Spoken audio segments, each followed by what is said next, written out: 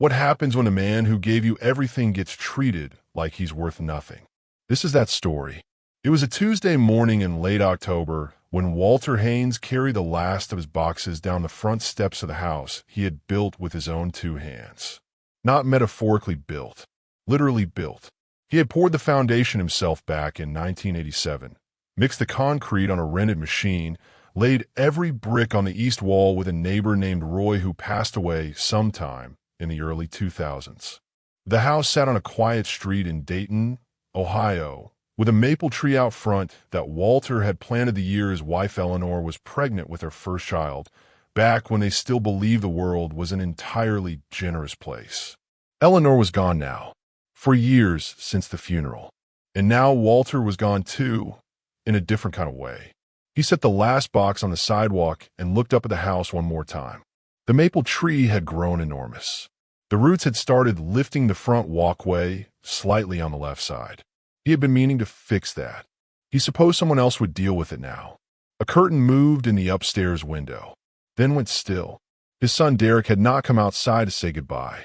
Walter picked up the box, loaded it into the trunk of his 2009 Buick, and drove away without looking in the rearview mirror. Not because he was angry, not because he was too proud to show emotion, but because if he looked back at that house right now, at the maple tree and the lifted walkway and the curtain that had already stopped moving, he wasn't sure he would be able to keep driving. And he needed to keep driving. He had somewhere to go. He just hadn't told anyone where. Derek Haines was 34 years old and considered himself a practical man. That was the word he used most often to describe himself. Practical.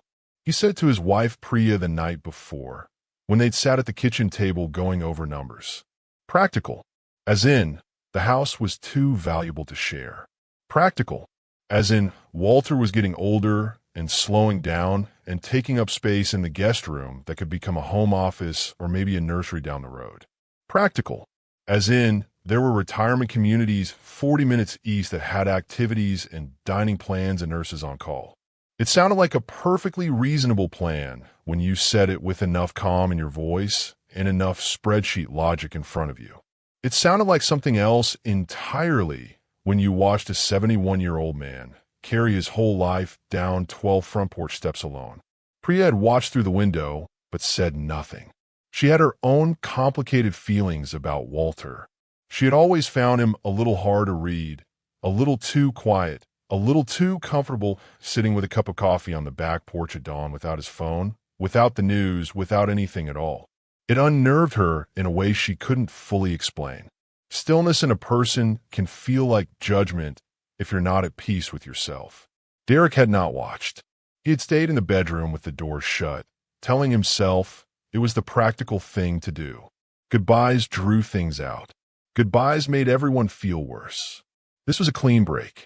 This was the right move. But the house felt strangely heavy after the Buick pulled away. Priya made coffee and didn't offer him any. Derek sat at the kitchen table and stared at the numbers on his laptop until the numbers stopped making sense. He told himself it would pass. It didn't pass. What Derek didn't know, what he had never thought to ask about, what he had assumed without ever checking, was the shape of his father's actual life. Because here is what Derek knew about Walter Haines. He knew that Walter had retired from the city utilities department after 31 years. He knew that Walter drove an old Buick and wore the same 4 flannel shirts on rotation. He knew that Walter cooked simple food, black beans and rice, fried eggs on toast, chicken thighs with onions. He knew that Walter read library books instead of buying them. He knew that Walter had never once complained about money, had never once asked Derek for a dime, had in fact pressed a check into Derek's hand when Derek and Priya bought their first car together, saying only, "Don't argue with me about this." What Derek did not know was where that check had come from. What Derek did not know was that the flannel shirts and the library books and the old Buick were choices, not limitations. What Derek did not know was that his father was worth $9.5 million. It had started with Eleanor. Eleanor Haines had grown up in a family that believed in 2 things above everything else: hard work and quiet preparation. Her father had emigrated from Trinidad in 1952 with $40 and a letter of introduction to a church in Cincinnati. By the time Eleanor was born, that man had built a small plumbing business, bought 2 rental properties, and opened a savings account for each of his children the day they came home from the hospital. He believed that wealth wasn't something you showed. It was something you built in the dark, slowly, without asking anyone to applaud you for it. Eleanor had absorbed every lesson. When she married Walter in 1979, she brought those lessons with her. They lived beneath their means from the first day of their marriage. Walter's city salary was modest but reliable. Eleanor worked as a medical billing specialist and saved 30% of everything she earned without fail. They maxed their retirement accounts before it was fashionable to do so. They bought index funds in the 1980s when most people still thought the stock market was for rich people and not for families like theirs. Eleanor's father had left her a small inheritance when he passed, and instead of touching it, she put it into a low-cost brokerage account and didn't look at it for 15 years. They never told anyone, not their friends, not their neighbors, and especially not their children. Eleanor had a phrase she repeated to Walter so often it became something like their private religion. Money talk to loudest people at the worst possible time. Keep yours quiet and it will keep you. By the time Eleanor was diagnosed, the accounts had grown far beyond anything either of them had imagined when they were young and saving by candlelight in a small apartment on Linden Avenue.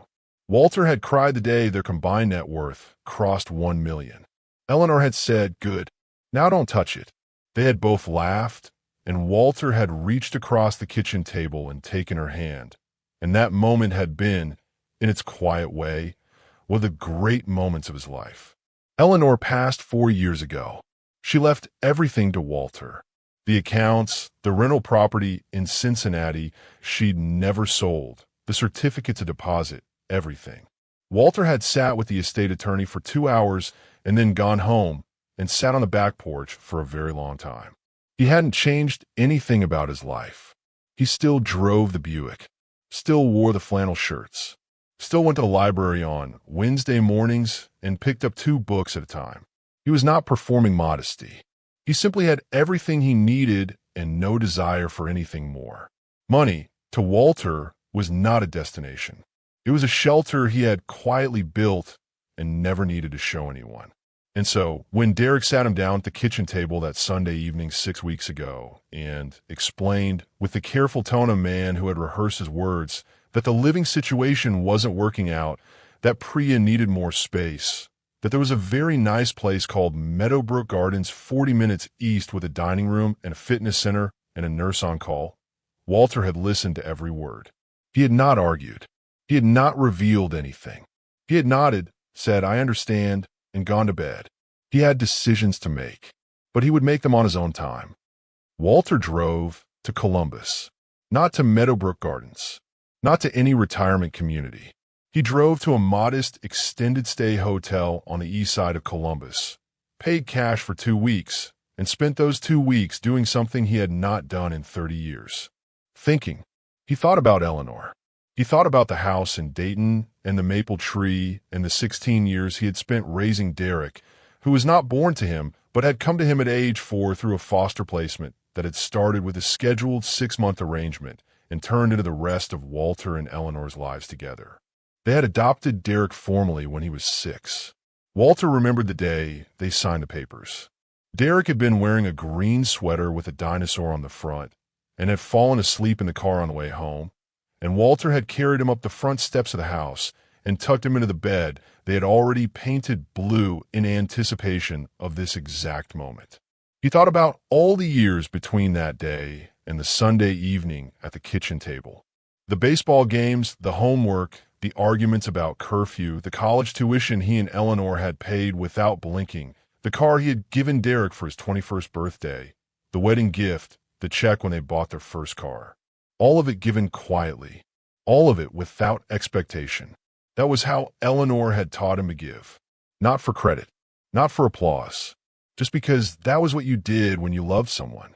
He thought for a long time about whether Derek's behavior was a reason to feel angry or a reason to feel something quieter and more painful, which was grief. Grief that somewhere along the way, the boy in the green sweater had grown into someone who could sit behind a bedroom door while his father carried boxes down 12 steps alone. And then Walter stopped thinking and started doing. He called his attorney, a woman named Sandra Okafor who had managed his and Eleanor's affairs for 20 years. Sandra answered on the second ring and listened without interrupting, which was one of the qualities Walter had always appreciated about her. When he finished, she was quiet for a moment. "All right," she said finally. "What do you want to do?" Walter told her exactly what he wanted to do. Sandra was quiet again. Then she said, "Walter, are you sure about all of it?" "Every piece of it," he said. She exhaled slowly. "Then let's get started." Derek did not hear from his father for 8 weeks. In the first week, he told himself this was expected. The transition period. Walter was getting settled at Meadowbrook or wherever he had gone. He would call when he was ready. Derek texted once, short and careful. "Hope you're settling in okay. Let me know if you need anything." He got no response. He told himself this was also expected. In the second week, Priya turned the guest room into a home office. She bought a standing desk and a plant. She seemed lighter, easier in the mornings. Derek noticed this and felt something he didn't want to examine too closely, which was guilt wearing the costume of relief. In the third week, Derek drove past the house on his way to a client meeting. He did not slow down. He did not look at the maple tree. He told himself this was the practical thing to do. By the 6th week, a small persistent knot had formed somewhere behind Derek's sternum that no amount of spreadsheet logic could dissolve. He thought about calling Walter, but could not figure out what he would say. "Hey, Dad, sorry we kicked you out of the house you built with your hands and raised me in." The words would not form in his mouth in any arrangement that didn't feel like standing in front of a mirror and watching himself shrink. In the 8th week, a certified letter arrived at the house. Derek opened it at the kitchen table. Priya stood behind him, reading over his shoulder. Neither of them said anything for a long moment after they finished. The letter was from Sandra Okafor, attorney at law, Columbus, Ohio. It was formal, careful, and very clear. It informed Derek that Walter Haines had purchased a property in the Short North neighborhood of Columbus, a fully renovated 4-bedroom home on a tree-lined street. Purchased outright, cash transaction, no mortgage. It informed him that Walter had established 2 charitable foundations. One in Eleanor's name, supporting girls' education in Trinidad. One in his own name, supporting foster care services in Montgomery County. It informed him that Walter had transferred a substantial sum to a trust managed by Sandra Okafor, the terms of which were attached in the accompanying pages. And it informed him, with the same crisp professional clarity as everything that came before it, that Derek Haines had been removed as the sole beneficiary of Walter Haines's estate and replaced with a list of organizations and individuals whose names Derek did not recognize. There was a handwritten note at the bottom. Walter's handwriting. Derek had seen it on birthday cards his whole life. It said, "I don't believe money is a punishment or a reward, but I do believe it reflects what a person values. I have thought hard about what I value. I hope you'll think hard about the same. I love you. I always will. That hasn't changed, and it won't. But love and inheritance are different things. One is unconditional. The other is earned." Priya stepped back from the table. The plant on the standing desk in the former guest room caught the October light through the window and threw a green shadow across the floor. Derek sat at the kitchen table for a very long time. Columbus suited Walter in ways he hadn't expected. The Short North neighborhood had coffee shops and bookstores and a farmer's market on Saturdays, and the people who lived near him nodded when they passed on the sidewalk without needing a reason to. His new house had a small back garden where he planted a rosemary bush and 2 tomato cages. The kitchen had good light in the mornings. He bought a new coffee maker, the only luxury he permitted himself, a proper one this time with a grinder attached. Sandra had handled everything efficiently and without judgment, which Walter respected. The $9.5 million had not changed his life in any dramatic way.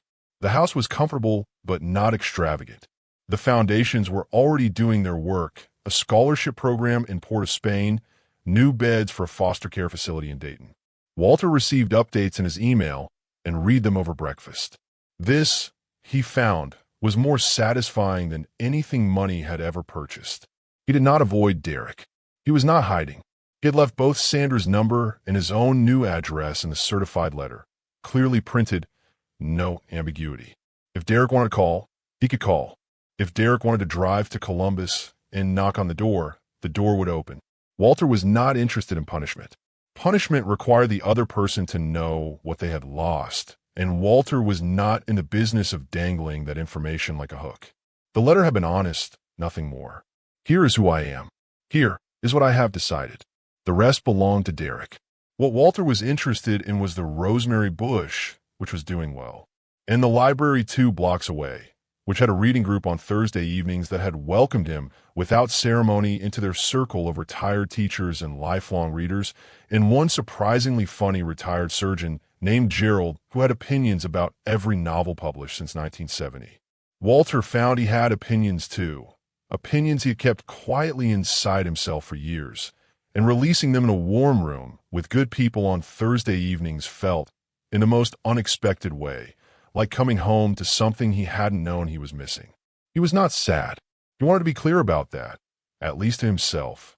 He had moved through sadness in the 2 weeks at the hotel in Columbus, moved through it carefully and completely the way Eleanor had taught him to move through difficult things, not by avoiding them, but by walking directly to the center and standing there until they released you.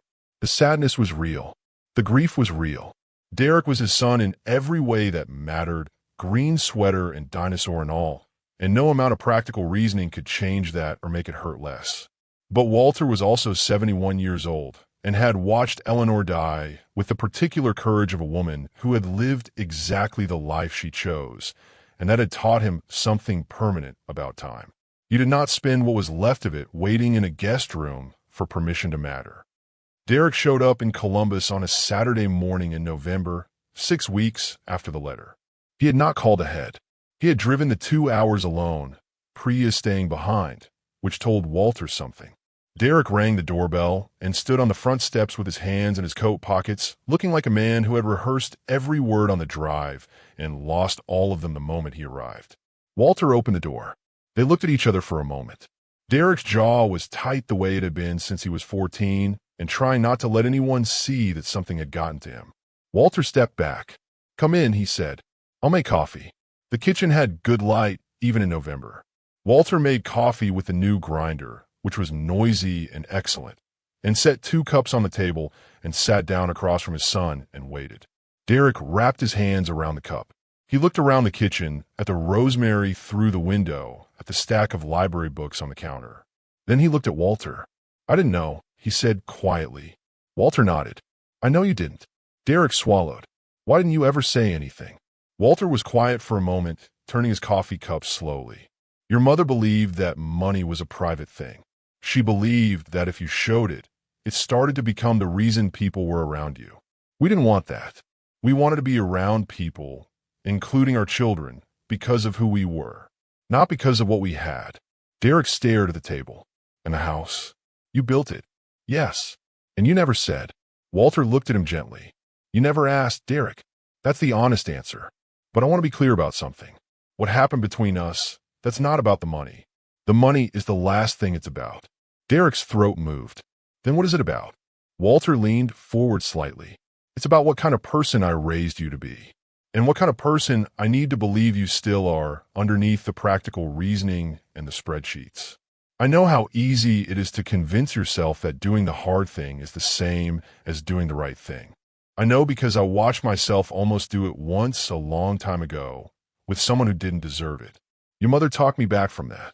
I don't have her anymore. So this time I talked myself back." Derek's eyes were wet. He was not a man who cried easily. He had his mother's practical streak in that too. But his hands were trembling slightly around the coffee cup. "I'm sorry," he said. And then, because the word felt too small for the weight it was carrying, he said it again. "I'm sorry, Dad." Walter looked at his son for a long moment. Derek at 34 still had the same eyes he'd had at 4, the same way of looking at something like he was trying to understand it from every possible angle before committing. Walter had always loved that about him. Still did. "I know you are," Walter said. "I know." They sat at the kitchen table for 2 hours. They talked about Eleanor, which they had not done enough of since the funeral. They talked about the house in Dayton, which Walter said Derek should keep. He had no interest in fighting over property. They talked about the foundations, and Derek asked careful questions about how they worked, and Walter answered them. And somewhere in the middle of explaining the foster care program in Montgomery County, something shifted in Derek's face. Something opened that had been closed for a long time. And he said quietly, "You know, that's how I came to you." "Foster care." "Yes," Walter said. "I know. And you built a whole foundation around it." Walter smiled. "Your mother's idea first. I just agreed with her like I usually did." Derek laughed, just once, short and unexpected, and then covered his face with his hands for a moment and collected himself. When he looked up, his eyes were red, but his back was straight. "I want to be better," he said. "I mean that." Walter nodded. "I believe you." They finished the coffee. Walter showed him the back garden and the rosemary bush, which had taken to the Columbus soil enthusiastically. They walked 2 blocks to the library so Walter could return his books, and the librarian at the desk recognized Walter and asked how he'd enjoyed the one about the Antarctic expedition, and Walter said it had been the best thing he'd read in years, and the librarian said there was a sequel, and Walter's face lit up in a way Derek had not seen in a very long time. Maybe ever. On the drive back to the house, Derek said, "You seem good, Dad." And there was something in his voice that was not quite surprise and not quite relief. It was closer to recognition, like seeing someone clearly for the first time after years of looking through frosted glass. Walter thought about that for a moment. "Yeah," he said, "I really am." 3 months later, Derek called Sandra Okafor's office. Not about the estate, not about the money. He called to ask if the Foster Care Foundation in Dayton needed any volunteers with financial planning experience. Sandra had paused on the phone and then said she would pass along his information. She called Walter after she hung up. Walter was in the back garden with his coffee, watching the rosemary bush manage the late January cold with quiet stubbornness. Sandra told him what Derek had called about. Walter said nothing for a moment. Then he said, "Good. That's good." She asked if he wanted to change anything in the estate documents. "Not today," he said, "but maybe soon. Let me think about it." He stood in the garden for a while after he hung up. The morning was sharp and bright, the kind that made everything look freshly painted. Across the fence, his neighbor's dog was barking at something distant and invisible. The rosemary smelled clean and strong. Walter thought about Eleanor. He thought about her father in 1952 with $40 and a letter of introduction and a belief that everything worth having was worth building slowly in the dark.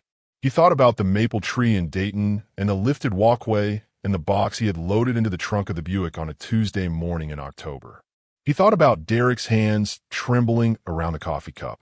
He thought about a boy in a green sweater with a dinosaur on the front, asleep in the back seat of a car on the way home to a blue room that had been painted in anticipation of exactly this.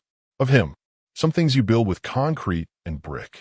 Some things you build with patience and time and the quiet refusal to let anyone convince you that you're worth less than you are. Both kinds of building take years. Both kinds take more out of you than anyone on the outside can see. But some things hold. The rosemary bush was doing beautifully. If you've ever written someone off because of what they wore, what they drove, or where they lived, remember Walter Haines standing on the back porch of a house he bought outright in cash, smelling the rosemary, reading his library books, giving millions away in silence. The most dangerous assumptions are the ones that feel practical, because sometimes the man you put out in the cold was the one keeping you warm all along. And sometimes the lesson costs everything to learn. Share this story if it moved you. And the next time you look at someone and think you already know their whole story, stop. Ask yourself, what am I missing? The answer might change everything.